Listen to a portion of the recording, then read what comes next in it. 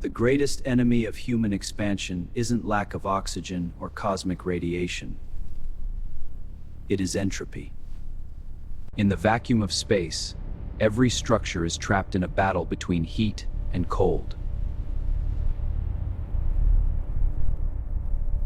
The second law of thermodynamics demands that every closed system drifts toward disorder, toward decay. Even our most advanced space structure fights this invisible force every 90 minutes. Entropy doesn't explode habitats, it convinces them to fail.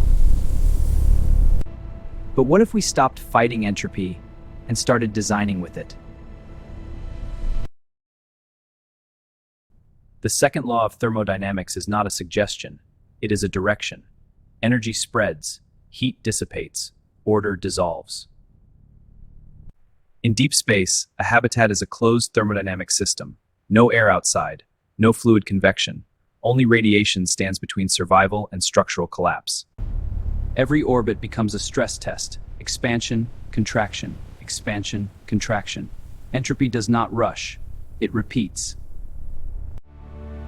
Even the International Space Station, humanity's most advanced off-world structure, experiences extreme thermal cycling every 90 minutes. Localized entropy accumulates at the joints. Mechanical fatigue, atmospheric leakage, not catastrophic explosions, but gradual surrender to thermodynamic inevitability. Future colonies cannot fight physics. They must integrate energy dissipation into their structural DNA.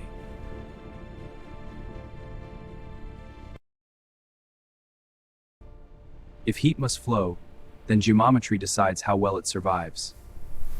In space, architecture is not about walls, it is about gradients. Energy production scales with volume. Heat rejection scales with surface area. Future colonies must look like radiators, with people inside. Even visionary designs like the O'Neill cylinder must obey thermodynamics. The question is not whether heat exists, but where it flows. Urban planning in space will not follow roads, it will follow entropy gradients.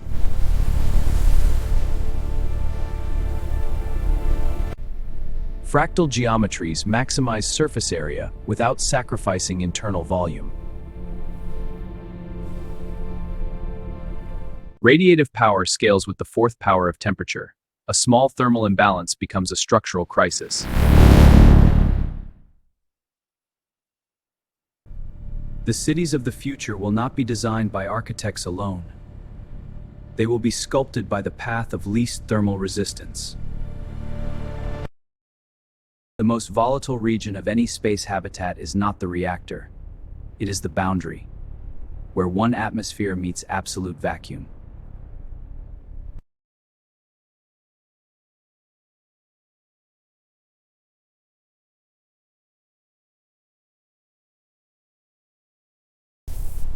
One cycle means nothing. 100 begins to matter. 500 becomes measurable. 1,000 becomes structural history. Instead of fighting the gradient, we divide it.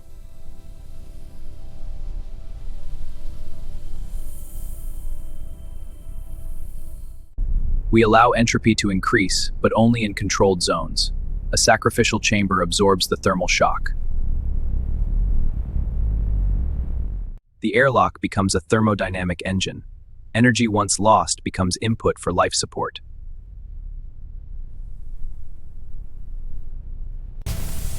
Engineering is not about stopping entropy, it is about directing it.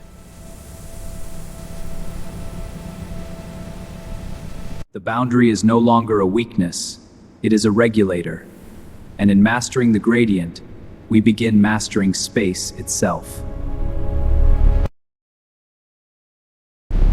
Every power system produces waste heat.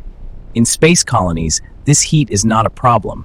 It is the foundation of sustainability.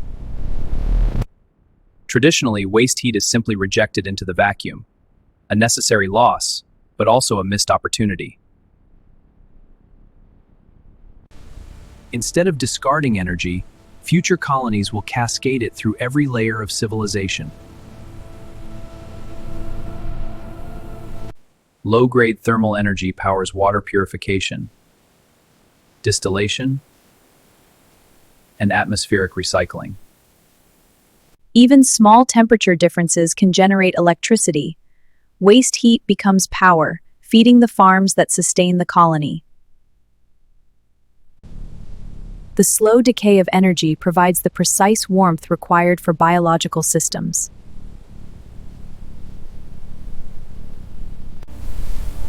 Civilization becomes a thermodynamic cascade, where every stage of decay powers the next.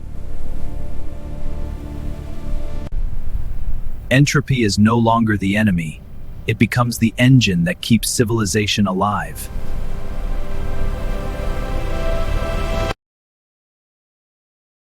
Human expansion into space will not begin with megastructures. It will begin with fragile outposts learning to survive the thermodynamics of the void.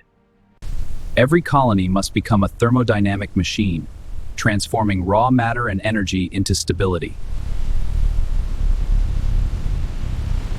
The ultimate space habitats will be entire worlds, engineered to balance entropy across ecosystems. The cities of space will not be designed purely by aesthetics but by the physics of energy dissipation.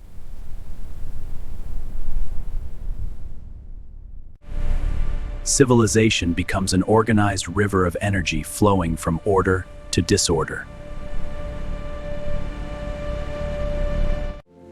Living in harmony with thermodynamics does more than preserve structures. It creates environments where humans can thrive.